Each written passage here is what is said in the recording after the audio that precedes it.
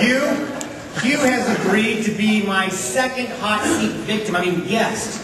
My second hot seat guest today. Jim Shields did such a wonderful job and survived.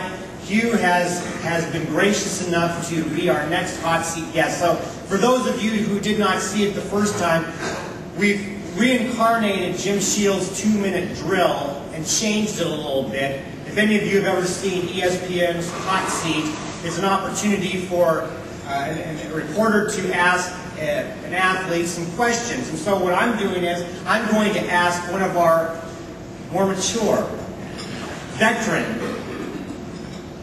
that good term, mature and veteran for you? Mature may not be, old would be. One of our older Rotarians to come up and learn a little bit about them, but they're not going to know the questions in advance, so we are going to get a very candid reply. So Hugh, are you ready to be on the hot seat? Good.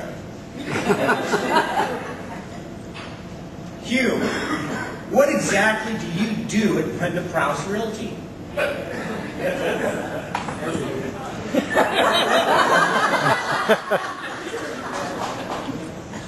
work there. You have about 35 to 40 seconds to elaborate on each of these questions. So. I'm busy. I'm the business manager, the webmaster, the marketing person. I close transactions. I'm a licensed agent. I work all the time. This is going well.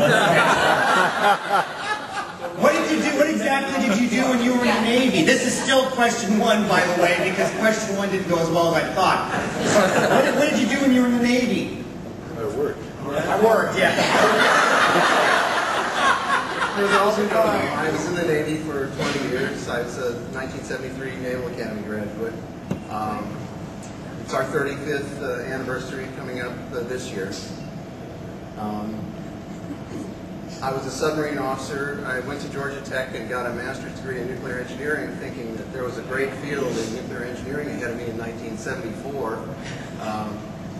3 Mile Island happened, closed all the nuclear power plants in the United States, and they've never opened another one since. Way to go, Hugh. And I was still in training at that point. So I stayed in the submarine force, and I've done 4 or 5 different nuclear-powered ships. I had command of submarine USS Buffalo in Pearl Harbor. That was in the late 80s and early 90s. I retired in 1993 at Squadron 17 here in Bangor. Along the way, in 1989, I was sold a house on Bainbridge Island by my wife, who wasn't my wife back then. And, so that's the story about me. Yeah, great. That is quite a commission. Yeah, you sell a house, get a wife. That's pretty cool. What is your favorite non-work, non-Rotary related hobby or pastime, and why? What do you like to do? That's an easy way to say. What do you like to do in your free time that you have so little of?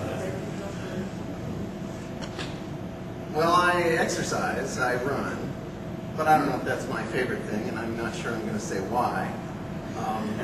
I am interested in learning stuff. For years I read Jungian psychology. I was an engineer by training, and then lately, because the real estate market really got interesting in the United States, I started studying economics. There was a textbook. I remember reading a Wall Street Journal article in 1998. I was working at the University of Washington back then, and I saw that there was a new textbook came out. Some new guy had written the basic textbook for students. His name was Mankiw. And I went and I bought the textbook right away, and I put it on my shelf, and I never read it. And then about 2 years ago, the real estate market started to get really interesting, so I got that textbook out and I've read it. And I've been reading economic stuff ever since, so that's really interesting. And that's another thing I do in the business, is write articles about the real estate market. Okay, good. Last question. Why is that funny? I don't know why.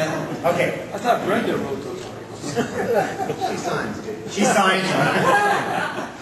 Hugh, what's one of your favorite memories of your year as president of this club? last day. Now, there were a lot of them.